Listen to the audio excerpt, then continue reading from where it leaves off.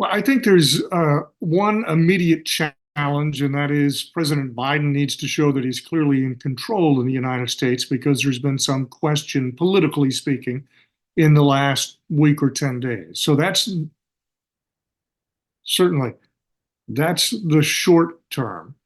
In the longer term, it's the viability of NATO and how willing the various countries are to continue to work together and to stand up for one another. It's been 75 years. It's something that came out of World War II and has been very effective in keeping certain skirmishes or wars to a minimum. But right now is a unique period in time. Ukraine, of course, is not part of NATO, but it would like to be. So that has caused some of the NATO nations to look and think, to give pause. Okay, are we willing to sacrifice our own young men for country X, for country Y, for country Z? And uh, I'm not sure everywhere. If you look at Great Britain or you look at France or you look at Germany, I'm not sure their answer is yes. So NATO is at a very delicate time. Sure, I think they can't stop it, but they can certainly participate or play a role in trying to bring the parties together. I know in the Arab world, there is great unification. The Arab world is united against Israel, but in the West, the United States, Great Britain, Germany, France, those are all allies of Israel. And they saw October 7th as an attack on Israel. And so they're going to give Israel, I'm certain I'm not affiliated with any of those nations, but as an observer, I would tell you they are going to give each of those nations are going to give Israel the opportunity to defend itself and to make sure in its wisdom that it is not attacked again in the future. That said, those countries have been working with the Qataris and with Egypt and with others to try to bring the conversation together.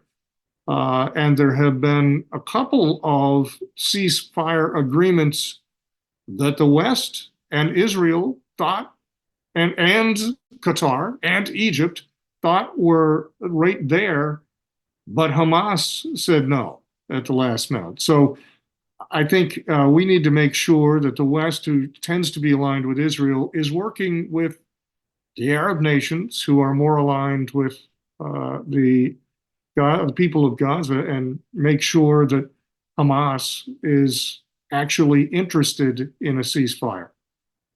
Two things. One, I would not call it the far right. The AP calls it the far right, and other left wing media refer to it as the far right, but it is traditional right. It's the exact same conservative movement that existed 30 years ago during Ronald Reagan and Margaret Thatcher. There's nothing radical or far to one side about it. But the rights, the conservatives, are certainly on the move in Europe, and that will have an impact. They tend to be more likely to stand with their friends and allies, and in the case of France or in Italy or elsewhere, those allies right now are Israel. So I do think that has an impact that you are going to have a stronger voice saying, wait, Israel needs to be able to stand up again, with the caveat that conversation needs to be going on for a ceasefire, but Hamas has to show some interest in actually having a ceasefire. They say they want a ceasefire, but they won't agree to anything. So they need to come forward and actually compromise some. And if they want a ceasefire, then they need to work on that. I think NATO members will try to stop the war. I'm not sure that Hamas has shown any interest in stopping the war. And unless there is some compromise from both sides, from Israel, but also from Hamas, there will be no ceasefire. And I think you will see the NATO nations while their preference is for peace. Well, I think most of the civilized world would like to see peace. And so I think, regardless of how many members there are in NATO, whether it expands or whether people quit, whether countries quit NATO, whatever exists from NATO will still try to work for peace, but they will do it from a position of strength. And if there is no peace, if one side refuses to consider peace, NATO will support its allies in whatever effort is necessary.